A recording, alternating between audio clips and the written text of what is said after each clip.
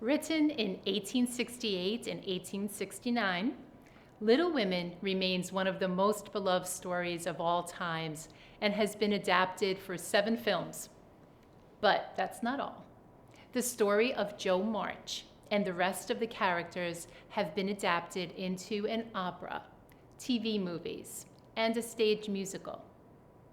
The first volume took 10 weeks to write and was an immediate bestseller. Its real success was the creation of a whole new genre of characters based around strong women. Many of the characters were based on Louisa May Alcott's family.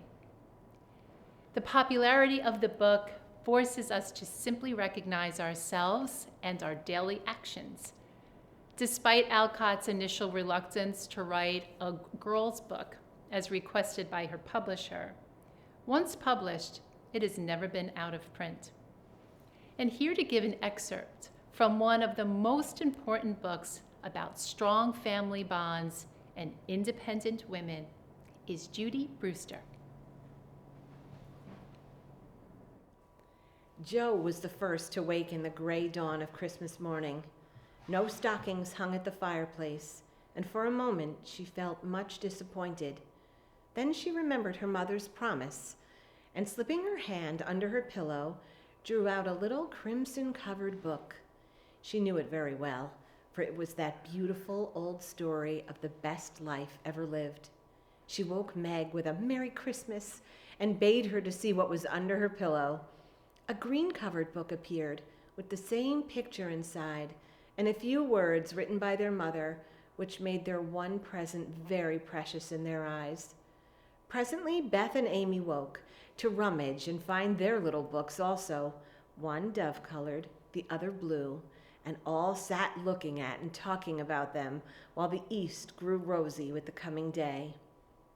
"Girls," said Meg seriously, "Mother wants us to read and love and mind these books, and we must begin at once. We used to be faithful about it, but since Father went away and all this war trouble unsettled us, we've neglected many things. I shall keep my book on the table here and read a little every morning as soon as I wake, for I know it will help me through the day." Then she opened her new book and began to read. Jo put her arm round her and, leaning cheek to cheek, read also, with the quiet expression so seldom seen on her restless face. "How good Meg is! Come, Amy, let's do as they do. I'll help you with the hard words, and they'll explain things if we don't understand," whispered Beth, much impressed by the pretty books and her sister's example. "I'm glad mine is blue," said Amy, and then the rooms were very still while the pages were softly turned. "Where's Mother?" asked Meg as she and Jo ran down to thank her for their gifts a half hour later. "Goodness only knows. Some poor creetur come a-beggin', and your ma went straight off to see what was needed," replied Hannah, who had lived with the family since Meg was born. "She'll be back soon, I guess, so do your cakes and have everything ready," said Meg, looking over the presents, which were collected in a basket. Another bang of the street door sent the basket under the sofa and the girls to the table, eager for breakfast. "Merry Christmas, Marmee! Thank you for our books. We read some and mean to every day," they cried in chorus. "Merry Christmas, little daughters. I'm glad you began at once and hope you will keep on. But I want to say one word before we sit down.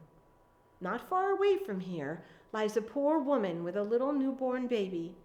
6 children are huddled into one bed to keep from freezing, for they have no fire. There's nothing to eat over there, and the oldest boy came to tell me that they were suffering hunger and cold. My girls, will you give them your breakfast as a Christmas present?" They were all unusually hungry, having waited nearly an hour, and for a minute no one spoke. But only a minute, for Jo exclaimed impetuously, "I'm so glad you came before we began." "May I go and help carry the things to the poor little children?" asked Beth eagerly. "I shall take the cream and the muffins," added Amy, heroically giving up the articles she liked most. Meg was already covering the buckwheats and piling up the bread into one big plate. "I thought you'd do it," said Mrs. March, smiling as if satisfied.